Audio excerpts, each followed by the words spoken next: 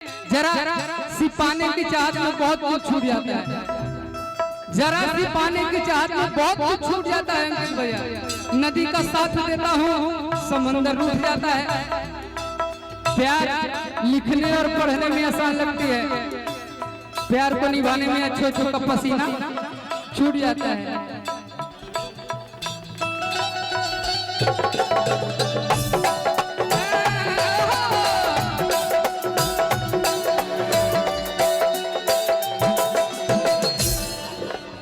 अब ये प्यार को निभाने में अच्छे अच्छों की पसीना छूट जाता है। अभी ये आपसे ज्यादा कौन जान सकता है, इसलिए ना कि कहाँ कोनो जात पात पूछे ना जियरा,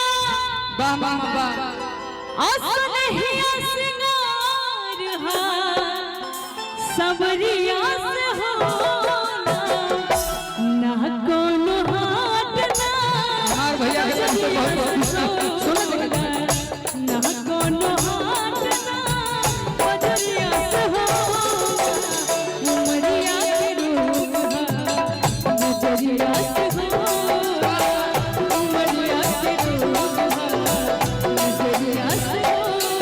लेकिन सोना जी आपको कहते हैं गोरिया चांद के गोरिया नील गोल बारू हो। हेलो हेलो लेके सोना तू भी गोल हो।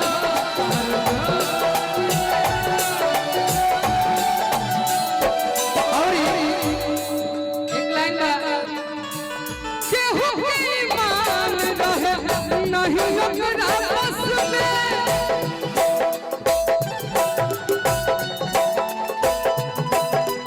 सोरहो सिंगार सजल सोरहे बरस में।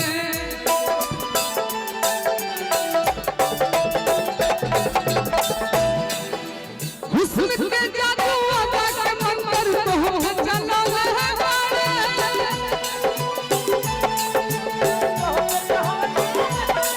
भगवान बड़ी फुर्सत से तोहरा के बनौले भगवान बड़ी फुर्सत से तुहरा बनौले काहे कि केहू के मान रही अरे नहीं ओकरा बस में। अब कोई लड़का तारीफ कर रहा है तो मेरा भी तो फर्ज बनता है ना। लड़का नहीं बोलिए, अगर बिल्कुल तारीफ कर रहा है तो उससे मिलब जैसे ना कोनो पहचान।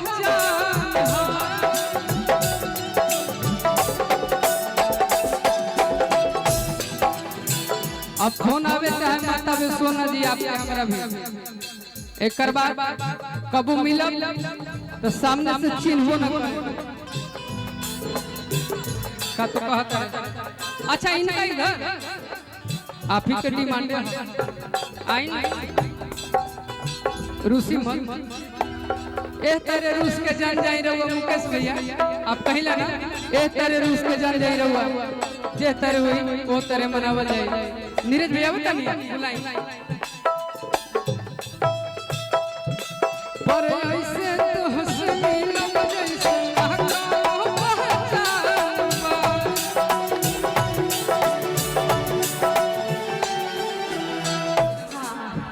ए बिकू तो हम लोग के दोनों जना के हम देखा तनी एगो लास्ट जजमेंट हम देव तो हम लोग के ई जोन प्यार में अझुराइल बड़ जा जानता है मेन बात का बा प्यार में अपना अधूराई इतना लोग बोल ए बिकू एक तनी 1 मिनट होई कर लिया तनी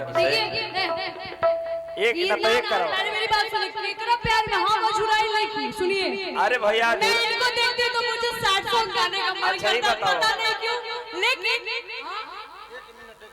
हेलो इनका सुनो सुनो सुनो इनका के देखली तो सैड सॉन्ग गावे के मन आवेला, इनका के देखलू तो भजन गावे के मन आवेला।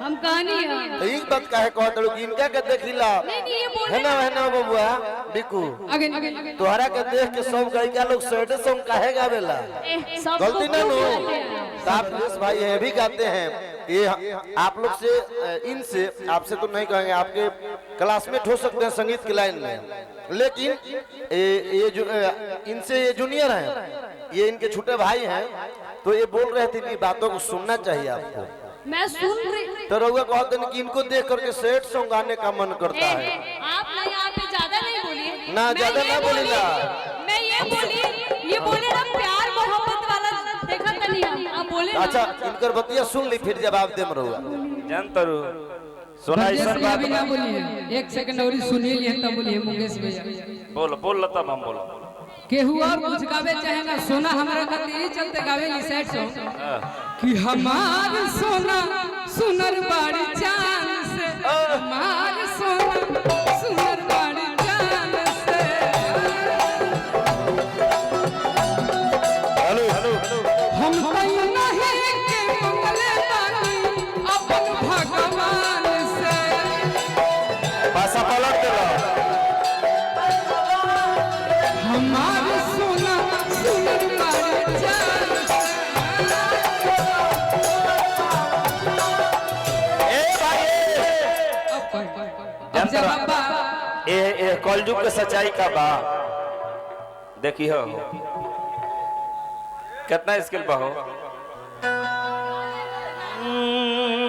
सच्चाई बात बताओ तुम सोना जी ये सबका पर लागू बा देखो हमार भाई सबका पर है दी हमार सबका लागू बा देखो बोले लगल तू जर्ती का रतवा अंकित भैया तू रंग के करत रह हम प्यार से सही करबे नहीं ना प्यार से बोल प्यार से हम कौन करल बदन करत रह सुन